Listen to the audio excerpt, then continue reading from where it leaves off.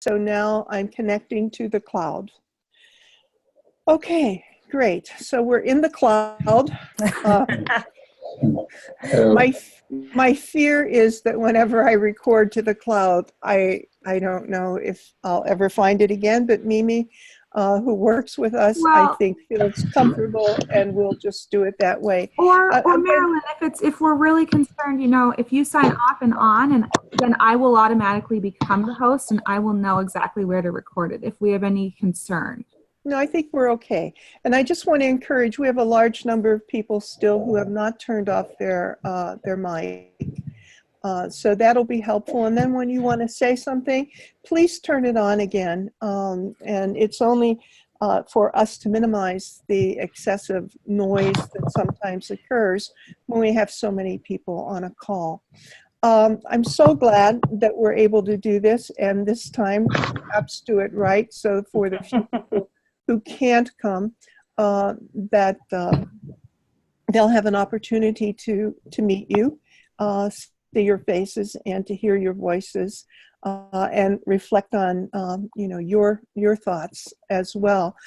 I sent out a kind of statement that Karen Armstrong made quite recently within the last few weeks, and it was from an interview. She is traveling right now. She went from the Middle East and particularly Dubai, and now is in Pakistan. And so there's a lot of news releases that are coming out, but I thought this one was poignant, and that it would give us an opportunity to think a little bit. Karen oftentimes is asked, for example, what is a compassionate city? Because she had this dream when the charter was first signed, that cities all around the world would be connected and that they would find ways not only to dialogue with one another, but to really help one another.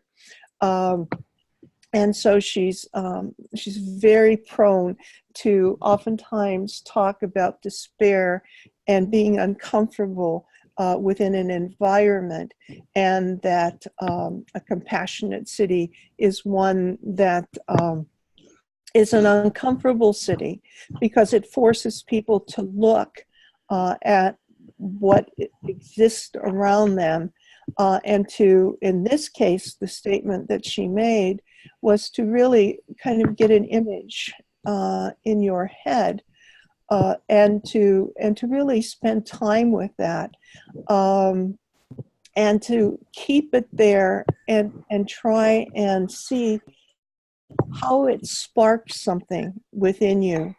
And so when I read that, I thought it was a really worthwhile statement. And at the same time, I just completed a book that I'm certain that some of you on this call have read. And it is educated by a young woman who is in her early 30s, Tara Westover. And it was really interesting because when I saw that suggestion from Karen to think about a picture, every page that I flipped in that book and that I read startled me, haunted me, and placed an image in my head. I'm finished with the book now for about 4 or 5 days. And when I sit down at night and I pick up my next book that I'm reading, I cannot get the images out of my head from that book, because, one image is one of someone being abused, but rationalizing the abuse.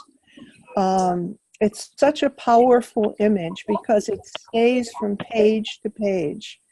And so, that's the image that I've been holding on to. And, in so many ways thinking, how could I do anything with that image? Or that individual's interacting with that person who I desperately feel that I would love to get on one of our global reads, just because of the power of that book. But I wanted to open this up and to get those of you who are on this conversation and really make it a conversation and ask you about your image and how the image affects you emotionally, how it moves you to some kind of compassion, or is the compassion still bubbling in you because you're not certain, what you can possibly do with it. So if there's anyone who wants to start us out, that would be wonderful. And just wave your hand or open your mic and start speaking. And I know that a couple of you have to leave a little early, so please feel free to jump right in. I know I can pop in, Marilyn. Those images, it's really interesting. We've probably all heard of the term compassion fatigue. And I've just learned of a new term called compassion fade. And compassion fade is when our empathy starts to fade away because we get so overwhelmed by the pictures and those things that we see that you're just talking about, that we can be compassionate to one person or to two people, but when the numbers start to grow, our ability to have empathy starts to fade away. So when we look at the TV and we see pictures of Syrian refugees and the plight of so many other people in the world, we have a tendency to go almost into a sense of helplessness, and we shut down. And when I think of my own experiences around that, doing some very deliberate volunteer work that I did at Mother Teresa's Home for the Destitute and Dying in India, and spending a month every day immersed in that, I had to be very conscious of what I was watching and my own experience in that. And it took me, and I don't know that I, like you, Marilyn, there's images I can't get out of my head. And part of me wishes they would go away, and another part of me wishes they will stay because I don't want them to fade. So I think there's this really fine line between it fading and it actually serving a purpose for us to start to move us forward in some way. Right. I'll share mine. Okay, Patty, go ahead. Well, I really appreciate this exercise. I've just started doing it. Yesterday, I read in the paper about the immigration policies that went on. And when I read the sentence that children under 2 years of age were taken from their parents, these children could not speak. They couldn't communicate their wishes or their needs verbally.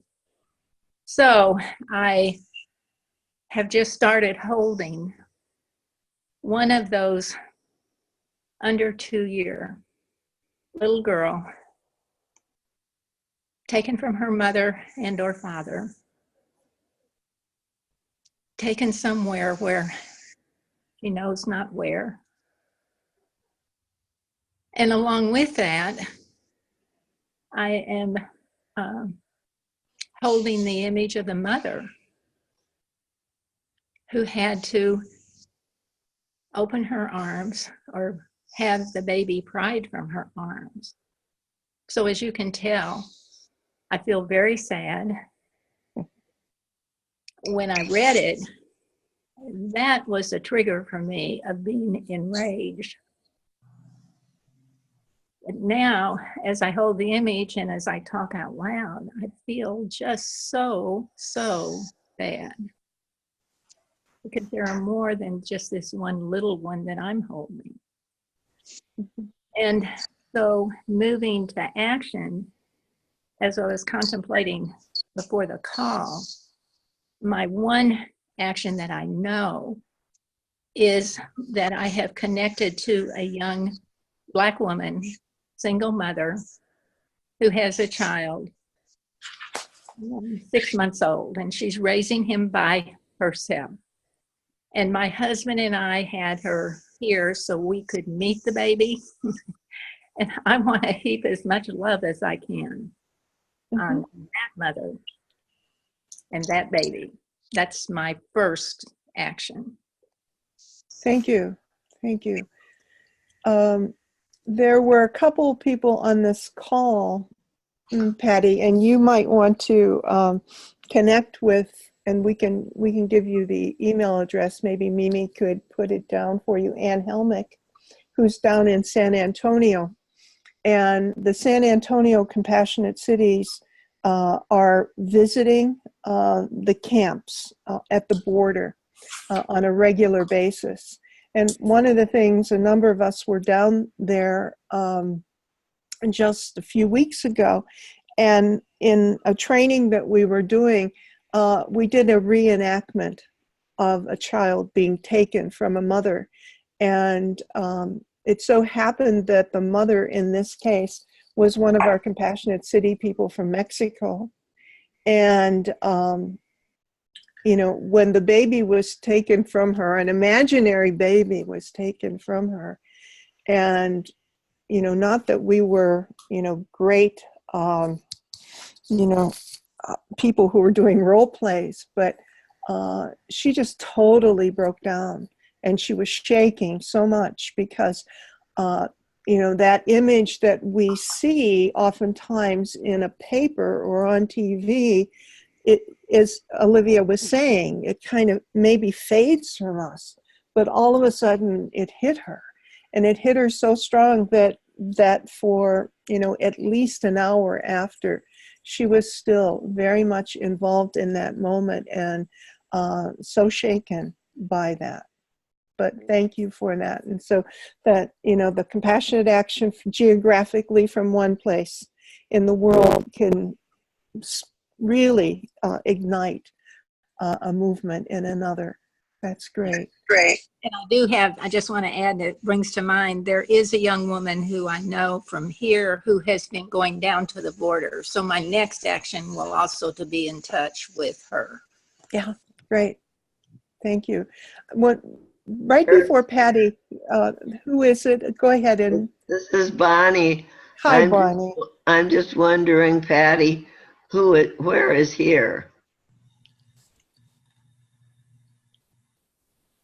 Here is Fayetteville, Arkansas. Okay. Uh-huh. And you're in Chicago, right? You're in Chicago? Yes. Yeah. And we don't often exchange where we live. And so for many of us, I have no idea where you are or where you're speaking from. It's a good point, Bonnie. So whenever someone talks, maybe they can give us an idea of where they're located. I heard another voice when Patty was going to begin talking. So if someone else wants to open their mic. Me. Okay, Bonnie. I'm still at the point of being simply enraged. And it's very hard to get past. It feels to me as if I'm living in a horror story all day, every day. And I even live in Chicago where, you know, the majority of people that I know are Democrats and are enraged also.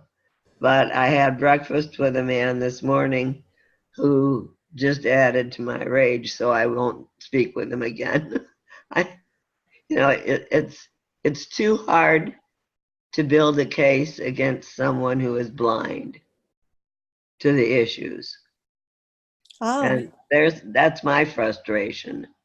If you one-on-one, you talk to someone who thinks that President Trump is doing wonderful things for our country, and you can't say anything to them because they don't hear it. They don't want to hear it.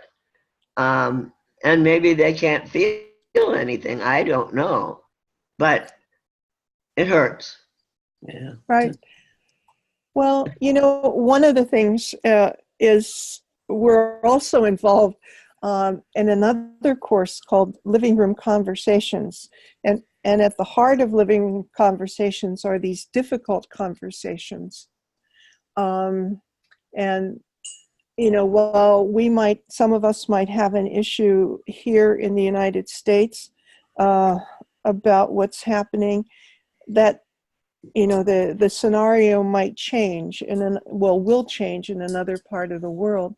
But I often find that I ask people permission and say, I don't feel like you feel, and I'm wondering if you would like to hear my concerns. I don't want to argue with you. I just want an opportunity to let you hear what my concern might be. And I think that, I don't know if that's a magic entry into a conversation, but I think that it's important for us to say, you probably don't realize, but I'm really upset by what you just said. But I want you to hear my concern, and I want you to explain why you feel the way you do. And I don't know if you want to have breakfast with him again, but the way that Living Room Conversations started is a woman by the name of Joan Blades, who started something in the United States called Move On, which has become, very successful in its own right.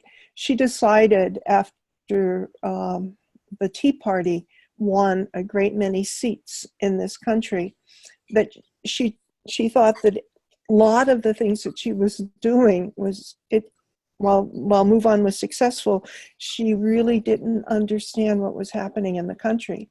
So she asked the leader of the Move On party to come and into her living room and to have a conversation.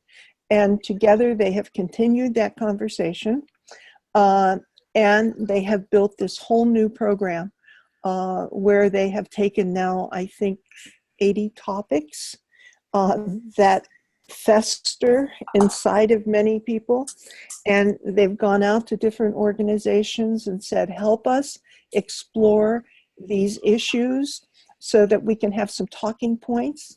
And they started Living Room Conversations so that people could bring to a conversation a monicum of civility. And so it might be, something that you want to do. You don't have to go through Living Room Conversations, but you just have to find your way of entry into the conversation. I think one of my biggest problems in this world is that I can't do confrontation. Period. It just doesn't work for me. It's one of the beauties of Living Room Conversations, and you can have an opportunity to experience it very easily by going on to their website and joining in conversations. It's all done through Zoom, so it's very accessible. Or you could also take it into a true living room. But what's really wonderful about it is that it's not confrontational. It has a very systematic way. There's 3 parts to it. There's questions that are provocative, and everybody gives everyone equal time. And the confrontation isn't part of the way that it's been laid out. It's a really beautiful process. I went through one just recently, and it was on incarceration and the disparity around incarceration of certain races. And you walk away with a little gem, and the idea is not for you to change your mind. The idea is just to look at something from another person's perspective. And that's where then compassion starts to work its way in gently. And so it's a beautiful process. I walked away with this aha moment for me, that because somebody made a comment about how they are in their lives, something that they do, and I realized that all of the books that I read are all books by white people, because I'm white. And it never even dawned on me for a moment that I I mean, there's been the odd book that I've picked up, but it's not been a conscious thing. And so one small change that I made was to read books that were by people of different races. And so those are the kinds of aha moments that get us to change our perspective. So please check it out. I've put it into the chat room, and you can go onto their website. Very user-friendly. Yeah. Thank you for doing that, Olivia. Okay, let's hear from someone else, please.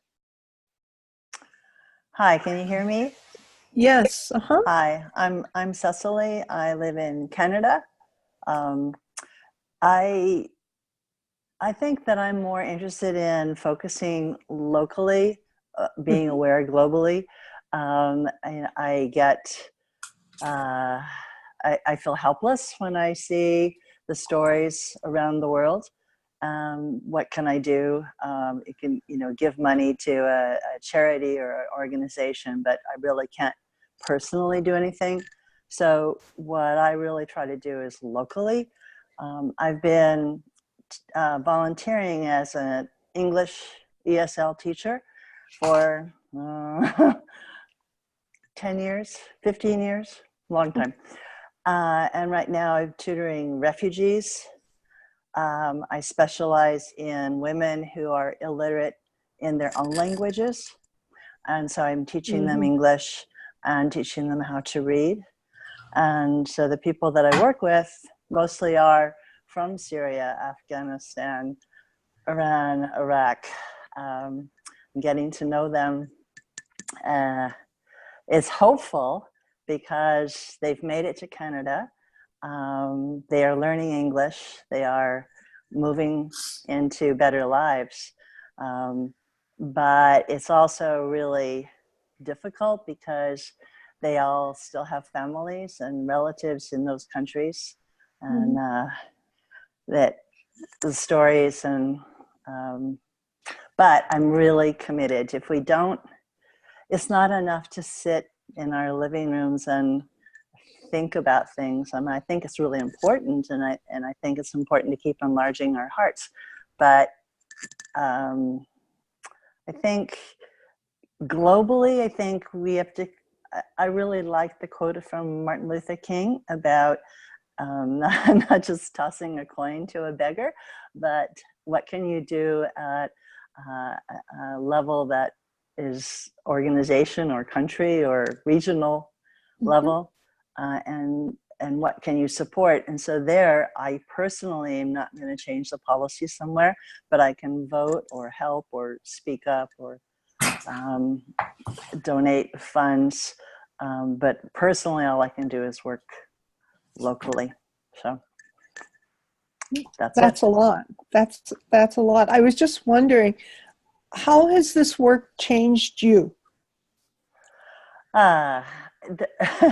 There's no question anymore in my mind or anything about culturalism or racism or religionism. When you're working with people of all nationalities and circumstances and countries and cultures, those are the first things you lose because they're all people. And I mean, there's so many times. I remember one year and a very large bear of a Russian came in, and the first half of the year he would just sit with his arms folded, very grumpily looking at everybody around him and not engaging. And by the end of the year, he was one of the funniest, most open, helping everybody people. It took a long time for him to unbend, but finally he got it, that the women wearing the burqa or the people of just all these different races were people. So yeah, you as soon as you work at the person level, you lose all those other isms quickly. Thank you. That's great. Hi, can I talk? Of course you can. Wow, Cecily, I so resonate. I am from Kingston, Ontario, Canada, and I'm up to my ears with Syrian refugees. And blessings on the language schools. There are three of them fairly close to where I live, and these are creating the communities in which people are finding friends, are beginning to move forward. What you are doing is, it's not just teaching English, it's creating something much bigger. And that is marvelous. I just hang in on the fringes. I drive people here and there. I play with the kids. Whatever. And one of my best Syrian friends is actually an illiterate woman from Syria, or who was once illiterate. And I was thinking that I took her to the doctor the other day and asked, well, how was her brother doing? Because her brother has just recently married, his wife got pregnant, and it was a cause of great rejoicing. And very matter-of-factly, she told me, well, no, the brother had got into fight. He'd been carted off to the police who'd beaten him. The wife had lost the baby. Yeah, that was pain. And particularly after the huge celebration of the new wife being pregnant, and all I could do was listen and think, wow, and just resonate with how Aisha felt. Mm-hmm. But the action it's moved me into is to get my own shit together, realize that I am in a muddle of trying to do too many things, and gripes and anxieties and resentments, and all this stops me from doing. And there's a lot more I can be doing if I'm really looking at what I need and moving forward.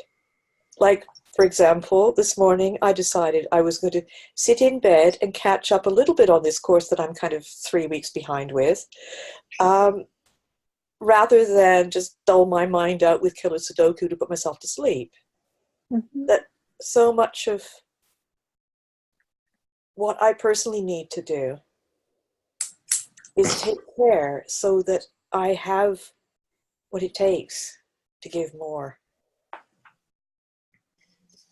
Beverly, sorry, Cecily, where are you from? Which town in Canada? I live outside of Vancouver. Okay, kind of, cool. Yeah. Cool.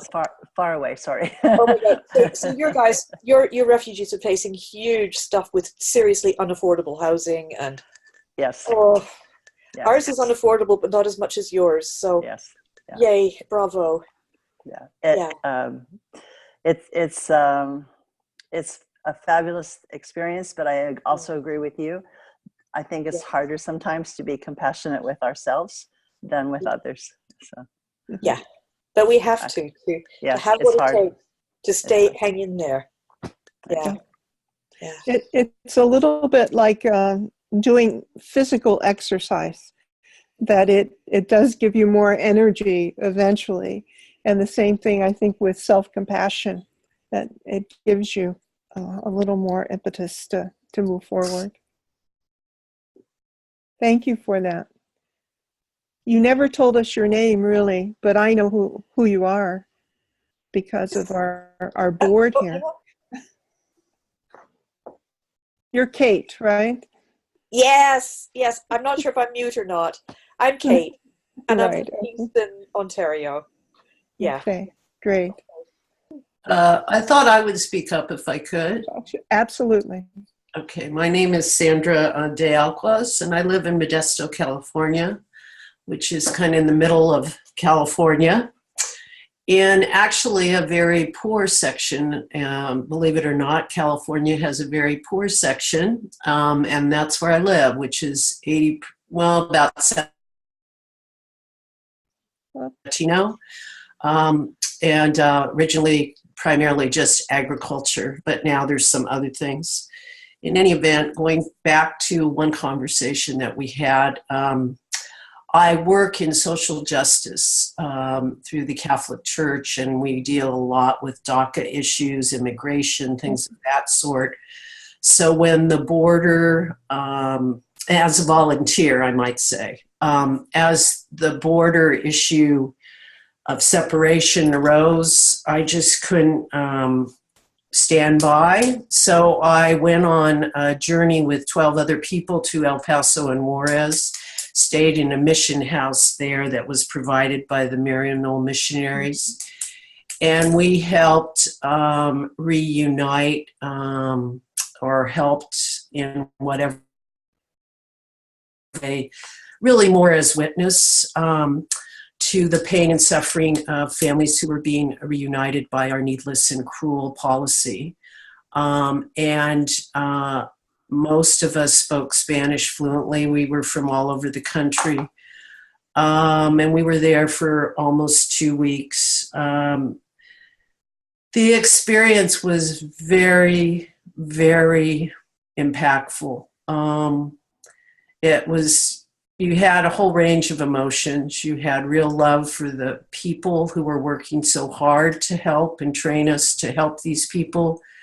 You were angry, you were sad, you were everything. But it was one of the most moving experiences I've had in my life, other than probably the birth of my children and a couple other things. And in any event, we did what we could. It was so traumatic, and I just don't know how we could be so evil to do that. Even talking to border agents, they didn't quite understand why they were doing some of the things they were doing, and it's just unbelievable. So in my own little way with these other people, we spoke to the needs and pain of others.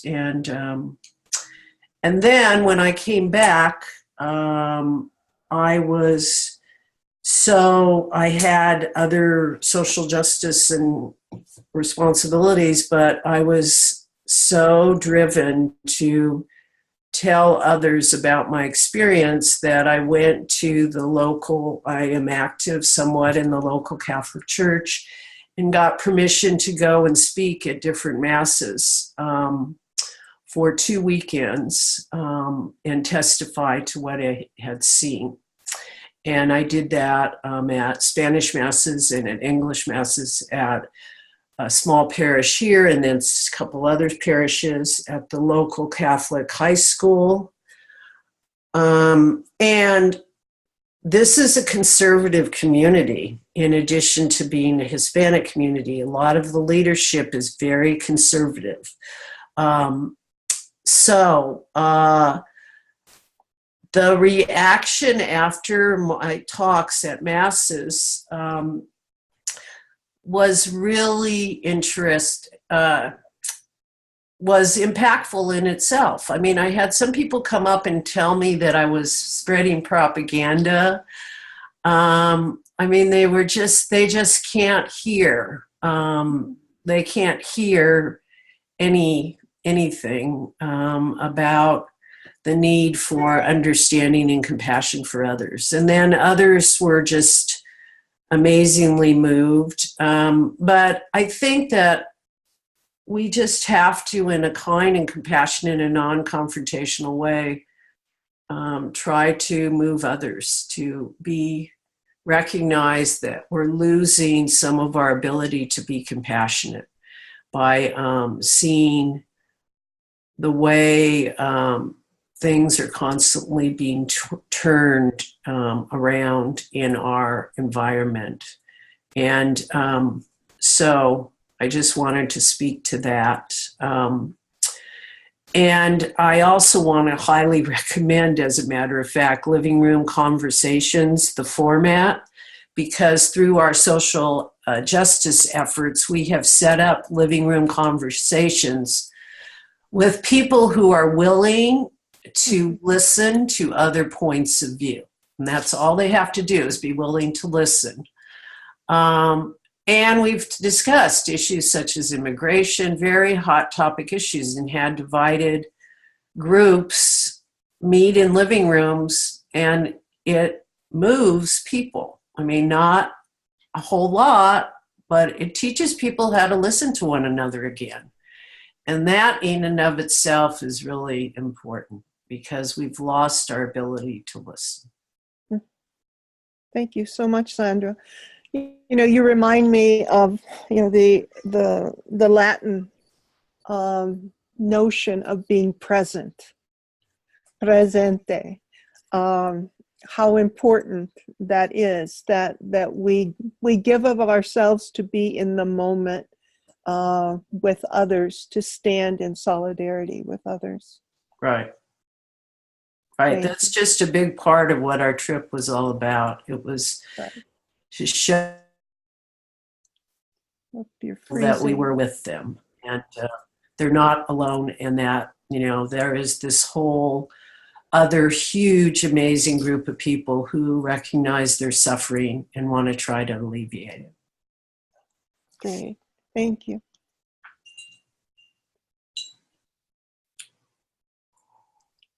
Anyone else? I mean, just open your mic and, I'll go ahead. okay. So when I saw your note, You want to tell us who you are, Ellen? my name is Ellen, and I'm from Jerusalem, Israel. I'm an American Israeli, and I've lived here for the last 30 years.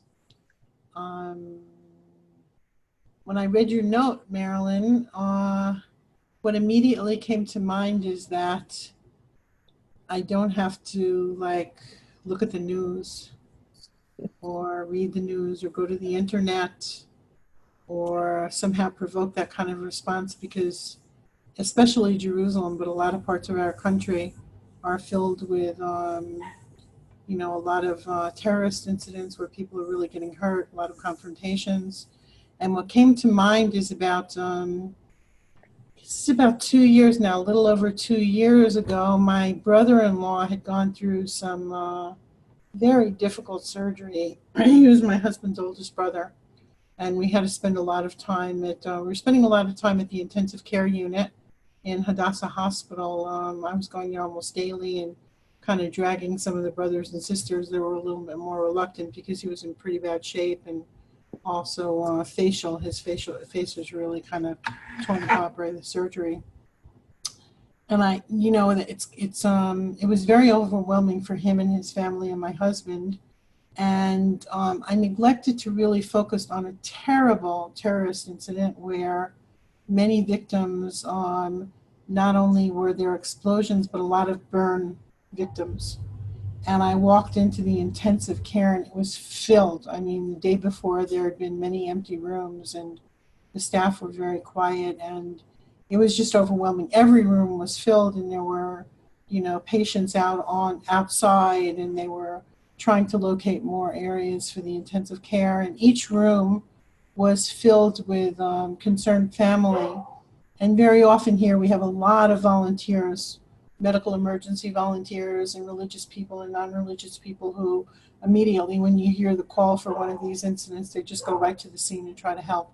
So many of them were in the room trying to comfort the families. And of course there was staff, and it was really overwhelming, and a lot of my husband's family just really, kind of backed off from all of it. And, something came to me, that a practice that I'd been trying to get a handle on for a very long time, probably a decade at that point, was Tanglen, which is taking in the suffering and breathing and sending out healing. And all of a sudden, snap, it just went.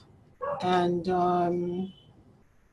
so that's how I started to connect with all of these people over the course of a couple of weeks through Tanglen, and then through, just little small efforts of conversation, very similar to what was on one of the videos about tell me what you're going through. Just opening it up and saying, what are you going through right now? What's happening with you, either to the victims or the family. And that's become my practice. And I've never been one really to shy away from even horrific scenes and problems. And unfortunately, I had a lot of experience with abused and neglected kids in the States and in the criminal justice system. And here, working with refugees, working with, runaways. So I've never shied away from it. But that practice, if I can recommend anything to anybody who has very, very powerful reaction and wants to hide or can't handle it, seems to just really convert the whole experience into a human experience.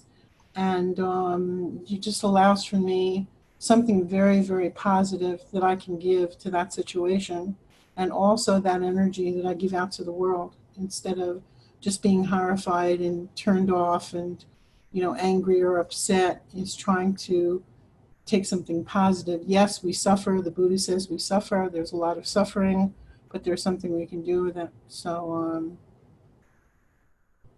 that's what came to mind. That's what always comes to mind. Okay. Thank you, Ellen. I just put a reference to one of the books on Tonglen in the chat room. And by the way, at the end of our session, you might want to just at the bottom of the chat box, you'll see a little message that says more, and you can save the chat. So any of the links that are in there, everything will save for you if you just click on that little arrow next to more. Okay, anyone else? In addition to the book, the best way to really get a handle is not from it's good to read about it, but I bet you can go to YouTube and Pema Children's, Sharon Salzberg, Tara Brach, Jack Kornfield, many West Buddhist teachers will just take you right into Tonglen in a very short period of time, very easy, understandable. So if anybody's interested. Why don't you put the names in the chat box? Sure. Thank you. I hate to tell you, but I don't know what the chat box is. Okay, down at the bottom, if you take your cursor on the screen and just bring it towards the bottom, you're going to get a whole new dashboard. And in the middle, it says chat. And you can open that up and you'll see that people are putting in messages. And then you can just download anything that's written there. Thank you. Thank you. Okay, who else wants to share? I'll share. Oh, thank you, Priscilla. I'm Priscilla and I live in Paris, Illinois. And I was pondering this, and I went back to my first experience with understanding what poverty was. Many years ago, I was pretty arrogant and Pollyanna and out to do good and change the world. And it was during the AIDS crisis in the 1980s, I guess. And I co-founded an organization called Baby Buddies. And what we did was we took children of people with AIDS and even the children that were born with AIDS, and we provided services for them. Like we had some people did respite childcare for these babies. There was a huge need. And one day I was assigned to go to a woman's house. The issue was that she had AIDS, didn't know it till she got pregnant. And her husband, he'd known it all these years, but didn't tell anybody. And so she had 2 children. She had AIDS, the kids had AIDS, and they were all coming home from the hospital. And I went to her house, her apartment, to prepare them to come home. That was the first time I saw, smelled, touched poverty. The image continues to come back to me. Dirty litter boxes in the house, children calling around on the floor, no diapers, house filthy, everybody ill. And I felt so helpless, overwhelmed, etc. But then it was incredibly humbling.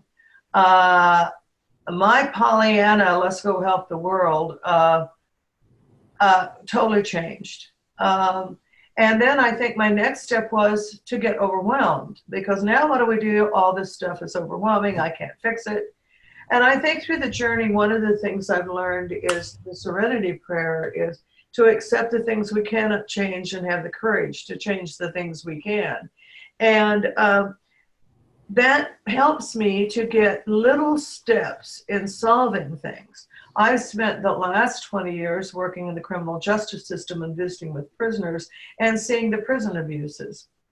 And it's overwhelming. It's like going to the border, and I come home and I just automatically shut down and shut off because it's so overpowering as to what to do.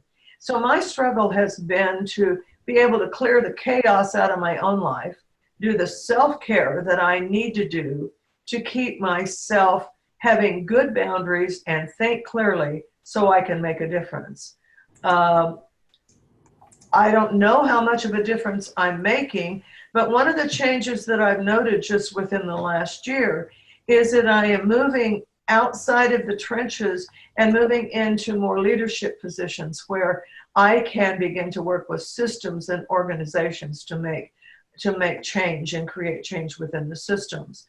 I'm doing that partly with the charter, but I'm also doing it in a personal situation and in a church situation that I'm dealing with.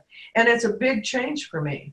It's a big change for me to first of all, believe change is possible, and then to look and seek for ways to make changes and find the empowerment to do it. So that was what I thought about when I read Marilyn's comment about what Karen Armstrong said, that it's so easy to get overwhelmed when we see, and especially for those of us that come across as we're really sensitive, caring, loving people. And we're the first ones sometimes that get overwhelmed. Thank you. Thank you, Priscilla. You remind me of, or what you have just said, of a song. We are a, kind and gentle people. It's a Holly Near song. I bet you can get it on YouTube. It's a wonderful song. I'll just write it out here for you. Oh, it's "We are a gentle, loving people." So it's a gift. I think some of her music is a gift each time you listen to it. Anyone else? Some incredible sharing and wonderful compassionate action. I managed to quickly find the Serenity Prayer, and I really didn't realize that it's attributed to Reinhold Niebuhr, which for people who don't know him, you might want to look him up.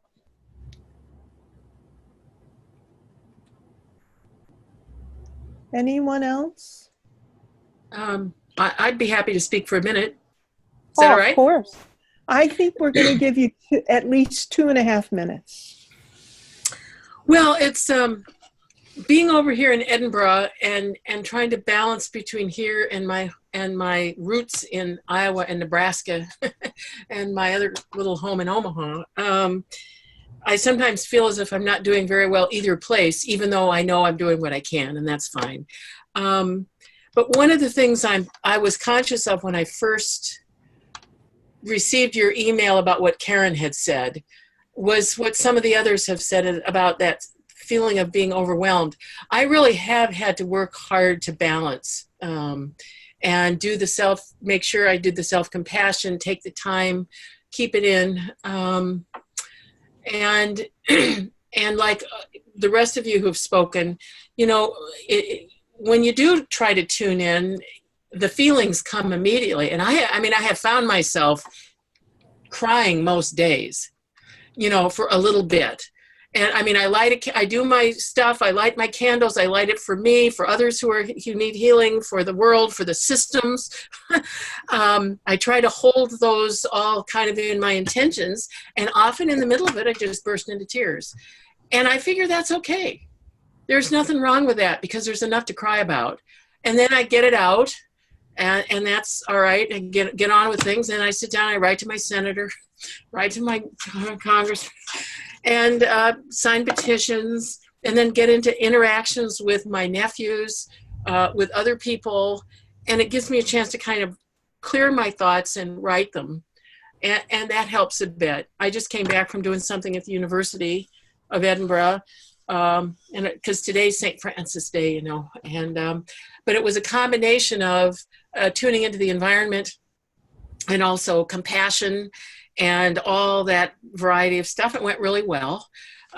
So, I mean, I do what I can. I realize it's both taking care of self and acting and holding that suffering and not turning away from it.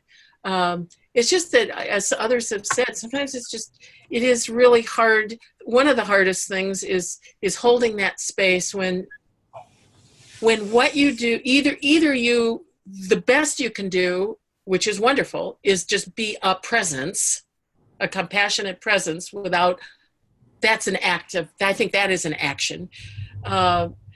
Or to, when you're doing that and you feel as if there's nothing else you can do, or when you're working on systems and it seems to go like molasses and you're not really sure, but you just keep at it and just keep at it. So those are just my thoughts. The other thing, and I haven't taken the time to put it in the chat thing, but I remember way back in the late 60s, early 70s being involved in living room dialogues, which was about interfaith. Actually, it was ecumenical at that point. It was ecumenical just within Christian. And then over here in Edinburgh, more into a multi-faith and interfaith kind of thing. But I'm also a psychodrama trainer, and one of the psychodramatists years ago, the Chasins, started out in Massachusetts, the Public Conversations Project, which is now called Essential Partners. And they have been doing these dialogue courses for a long time about dealing with difficult conversations. I haven't had the time or the money to be able to go be part of that, but if you want another, that's another thing. But it sounds to me as if the living room dialogues, conversations you're talking about, would be really perfect, just perfect, because they're more containable, and they start with right where you are. So those are just my thoughts. And I guess I just want to say how much I respect all of you who've spoken and all the very practical things you're doing, because I'm really touched by it. Thank you, Mary Catherine. We have certainly time for one or two more people before our time is up.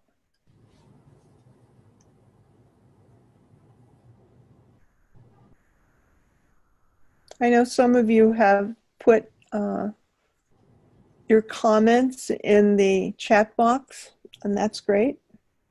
And I think now hopefully everyone knows how to download what's in the chat box. You know, as I was listening to everyone and all of the things that you're involved in, I thought maybe what I might do is invite you all to spend a little time on the Charter for Compassion website. And there's, I think, two things that might be of interest to you as we move forward. One is that to consider starting a Compassionate City initiative in the place where you live. Not everyone on this call is from a compassionate initiative. Some of you are working on it. But it takes, you know, we've heard now the African proverb about it takes a village to raise a child. Well, it's very similar to creating an initiative, that it takes more than you. It takes a group of people. Bonnie, I wanted to tell you, last Saturday morning, I met with a man, 97 years old. We had been in conversation on email, and he decided that his community, which was a residential kind of retirement home with 25 people, that they wanted to become a compassionate initiative for their community. So they're working on it. And one of the first things they're doing is reading Karen Armstrong's book, 12 Steps. And they have a number of different groups doing that. So they're going small, but it takes a lot of people with different perspectives and different interests to come together to do that. The other thing, Sandra helped remind me of the fact that we have these sectors. So we have a social justice sector. And Priscilla, who's on this conversation, is the coordinator. And we're always looking for people in our sectors. So social justice, the peace sector, the interfaith group, women and girls group, and education. So take a look, because there's a lot going on, as you're beginning to see. And while we have already started living room conversations in a facilitator training mode, we probably will be offering it again at some time. Olivia probably could answer the possibility of when, but my guess is in the new year sometime. So, anyone else? Luke, you have your hand raised. That's a whole new feature. Okay, go ahead. Hello. Oh, great to meet you. My name's Luke. I'm ringing from West Wales in Great Britain. Part of Wales, part of Great Britain. And here, the compassion we're looking at developing in our community is around how we support each other around death and dying, bereavement, grief. So it's really the suffering within. And just trying to connect with people to share our suffering and to overcome it, really. So from that sort of perspective. But I'm just learning, it's just thank you for this whole course, really, because it's really been very beneficial for myself and for two of my colleagues who are also doing this course. And I can't believe we're on Zoom and I'm talking to people the other side of the Atlantic. It's wonderful. Thank you very much. Thank you. I think we have representation from, as we've learned, from Israel. I know Finland, certainly Canada. I just put up the name, which you probably might already know, Roshi Joan Halifax, who you can not only look for articles by her, but by books, but certainly a lot of YouTube's sessions are devoted to her talks. She's really quite an incredible person. She's on our global Charter for Compassion Council, and she's just such an accessible person. So do look her up. Yeah, I will. Thank you very much. Thank you, Luke. Thank you. You brought us a new feature by finding the raise your hand. That's good. Zoom has so many things. It also has a little, well, not on this one, but it usually has a question and answer. So thank you all for contributing today. This has been truly wonderful. And we will hopefully download it from the cloud. We'll find it and we'll put it on Rozuku. And let me turn it over to Olivia to see if she has anything that she would like to say before we leave. Thank you again for sharing from your heart. I think that's the first place that we start to realize that compassion really, we can put it from just what we're thinking about to put it into some action. And that really is how we do self-care, if we really think about it. We need to take some kind of action, and it doesn't have to be something big. It's something small. I think of my local deli. He felt so overwhelmed. We have the poorest postal code in Canada is where I live in this area, and he felt so overwhelmed that he didn't know what to do. So he created these little tokens. And so when you go in to buy a sandwich in his deli, he talks you into buying a token so you can go and give it to somebody who's homeless. And I remember having a conversation with him, and he said, and that just gets me up in the morning and makes me know that I'm making a contribution of some type. So it's again, not about stuff that makes the 6 o'clock news. It's the little things that make a really big difference. And as I think it was Luke said, making new friends is another way to do it too. Right. So thank you, everyone. Yeah, it reminds me, Olivia, of Cornel West, for people who might know him, a theologian.